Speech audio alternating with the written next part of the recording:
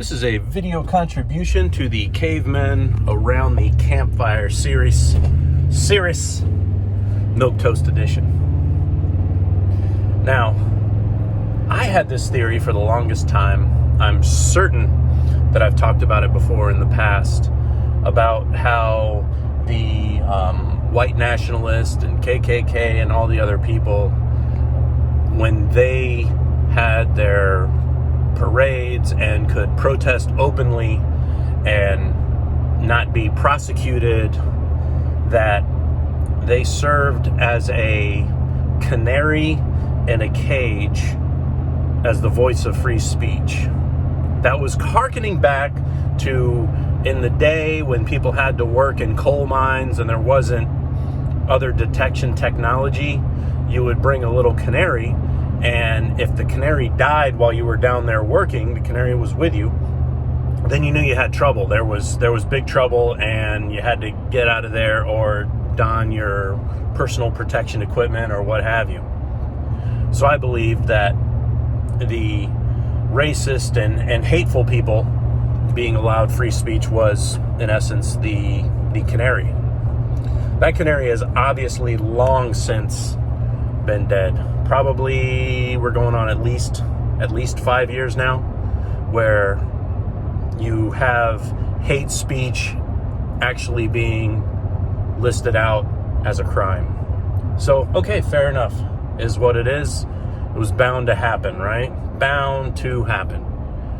I don't expect anybody to understand my point of view on the importance of those people and that particular freedom. Too busy wanting to be matriarchal and protective towards it. That's fine. So it is. That's the nature of democracy in some cases. It's the nature of crony mercantilism in some cases.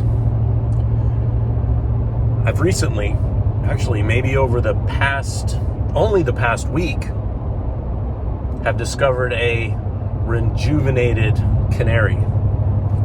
This canary is a guy like me being still welcomed at the Caveman Campfire, because it's becoming very clear to me that if things are to progress further, people whom I associate with now and I may not find ourselves on the same side. I don't like that. I don't like it one bit. But the line has to be somewhere. You need to stand for something. We all have different experiences, and I wouldn't like the end result of that process. But that canary is still alive and well. Here I am sitting at the campfire. There you are across from me, and we're having a conversation and hatching things out. But let's talk about elections and stolen elections. This being the central culmination, I think, that could really tip the scales, as is evidenced by the January 6th event during the electoral count. The reason the Constitution is important federally is because it's very simple in its execution. It's very simple in its understanding. There comes a line, say in the election of the president. Now this has been since amended to be more adapted to how we do our president and vice president selection now. Literally boils down to an electoral college count being counted by the vice president of the United States, and boom, it's in. Nothing about, well, the election was a fraud, so therefore it gets all torn up and everything. Go ahead and rip that seam right up into the Constitution.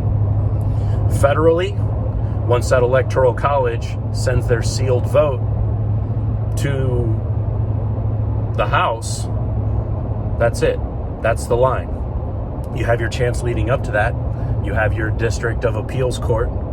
And along the lines of that district of appeals court, if you have grievances, you post them. But there comes a line. That line gets processed. And that's it.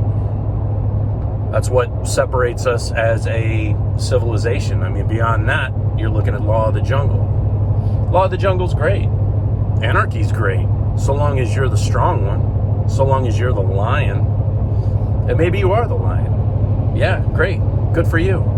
Great. You got that warrior mindset. What are you? 40? 50 years old? How long is that going to last you? What, you got another 10, 15 years that you can be the badass, be able to grab a hold of somebody? You know? What happens then? What happens when the people that you love are ill or incapable or handicapped? What happens then? You know? Good to be around the fire. I'm glad we're having this conversation. And last thing I want to see is anybody being a rube. You know, in this world of Alex Jones and Tucker Carlson and all the others, dude, there's a odds-on chance that they're just using y'all's ass to make money for clicks, for ad revenue. Don't be a pawn in some sort of an economic entertainment game. Catch you on the next video.